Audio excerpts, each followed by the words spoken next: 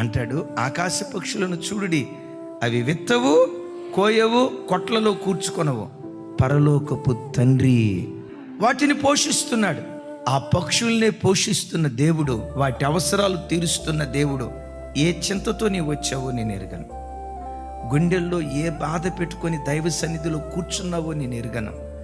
ఆకాశ పక్షులను పోషిస్తున్న దేవుడు నిశ్చయముగా నిన్ను పోషించే పోషణకర్త, నీ ప్రతి అవసరత తీర్చే దయగలిగిన దేవుడు. చూస్తూ ఉండు, విశ్వసిస్తూ ఉండు. ఏ కాలంలో ఏది నీకు కావాలో ప్రతిదీ తన మహిమైశ్వర్యంలో దేవుడు నీకు సమకూరుస్తూ ఉంటాడు. చెప్తూ దేవుడు అక్కడ మాట్లాడుతూ అంటాడు, అడవి గడ్డి పువ్వులను చూడుడి, అవి ఎలా ఎదుగుతున్నాయో చూడండి అని వాటి అందాన్ని పోలుస్తూ ఒక మాట అంటాడు.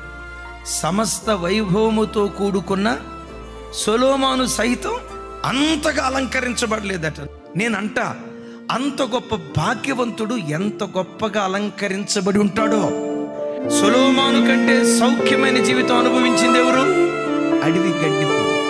అడవి గడ్డి పువ్వు శ్రేష్టమైందా? మనం శ్రేష్టమైన వాళ్ళము. ఆ అడవి గడ్డి పువ్వు ఉదయాన వికసించి సాయంత్రానికి వాడిపోయేది. నువ్వు ఉదయాన్ని వికసించి సాయంత్రానికి వాడిపోయే గడ్డి పువ్వు కాదు, పరలోకపు తండ్రితో యుగాయుగాలు బ్రతికేటువంటి వాడివి, యుగాయుగాలు బ్రతికేటువంటి వాడివి. అడవి గడ్డి పువ్వు ఉదయం నుంచి సాయంత్రం జస్ట్ దాన్ని ఒక్కరోజు బ్రతికేదాన్ని అంత వైభవంతో దేవుడు అలంకరిస్తే, తన పోలికలో సృజించుకున్న నీకు అన్యాయం చేస్తాడా? నిన్ను అనాథన చేస్తాడా?